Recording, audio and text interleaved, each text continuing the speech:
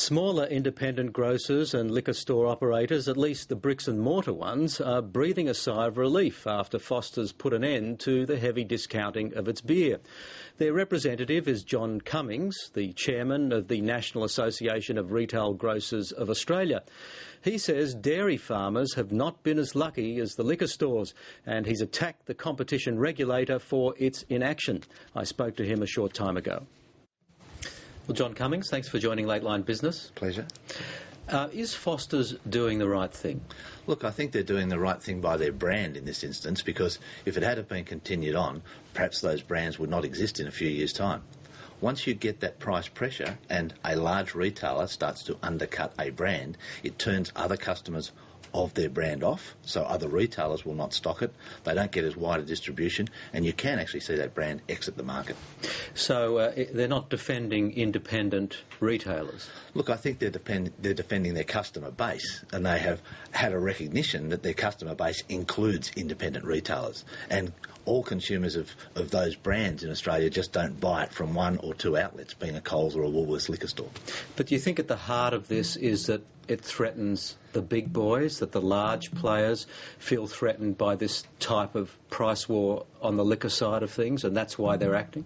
Well, I think the large businesses have understood that the amount of market power that those two chains have puts them in the absolute box seat in this scenario. They need to protect their total customer basis. They need to protect all of their end consumers. Do the independents have lost leaders? People from time to time sell things as lost leaders. Lost leaders are a different thing. When you have a anti-competitive price advantage over your competitors, so you are able to buy cheaper, therefore undercut them, and you have a program where you're going to continually undercut a particular brand, that is when the problem is done to your competitors and to your supplier. You could buy Foster's products online, and as I understand it, it was an online retailer that started this. Isn't this yet another example of retailers failing to come to grips with the online environment? I don't think it's a failure of retailers to come to grips with online environment. The majority of liquor purchases are still through brick and mortar retailers, and that's really where the main game is. This is just perhaps where something has started, and then a large retailer with a huge part of the market is taking advantage of that and taking it to an area that obviously in this case the supplier never thought it would go to. Well, to quote the online retailer that triggered this, or I think triggered this, this is an example of people needing to adjust or be swallowed up. That's a fact of life. Oh, retailing, I'm in retailing myself.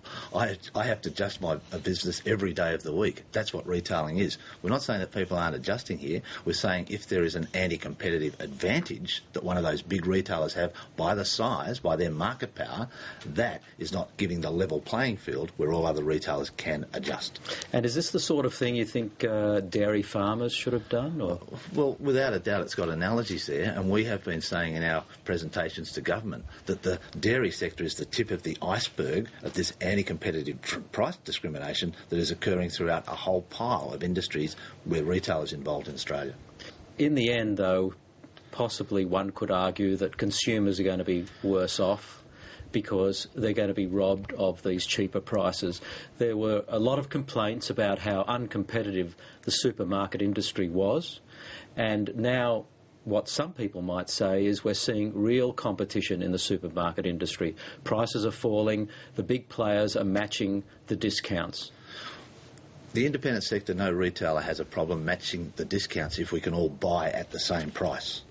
But if the market power of one of those chains means that they can buy at a cheaper price, it doesn't matter how good a retailer you are, it doesn't matter where your store is, you will never be able to match their price. Let's have that ever-elusive level playing field in Australia. Let's have legislation that allows similar price for similar customers, like there is in the UK, Canada, Europe and the United States. That raises the question, do you think the ACCC should do anything about this? I think the ACCC should definitely do something about this, but unfortunately I don't think the ACCC have shown any desire to enter into this. Well, you talk about legislation. I think Nick Xenophon has called for legislation. What sort of legislation do we need? Well, a provision on anti-competitive price discrimination would be a start. a provision that was actually taken out of Australia's Trade Practices Act in 1996 on a recommendation. And as I said before, we've got other jurisdictions around the world where they have got that, and we don't see competition not existing in those areas. We can't say, the people who say we don't need this sort of regulation can't say there's no competition in the UK market. They can't say there's no competition in the United States market. It's perhaps just a little bit of a fairer competition. So have you taken these concerns to the ACCC, and what response have you had? We've taken them to the ACCC and we get very little, if no response, to be honest with you. When you say no response, so they're just not interested in doing it. Obviously, then they feel that the way the market exists at the moment is okay. Well, they seem to say that on one hand that dairy farmers are doing it well, that there's no problem in the dairy sector, but if you talk to the dairy farmers about that, they don't agree with that proposition. After the grocery inquiry, the ACCC came out and said there is no problem in the farming community in Australia. Well, my challenge then was bring onto me all these successful farmers, because they don't ring me up and say they're in clover. They ring me up and say they're still, unfortunately, not doing all that well. OK, John Cummings, thanks for joining Late Line Business. Thank you.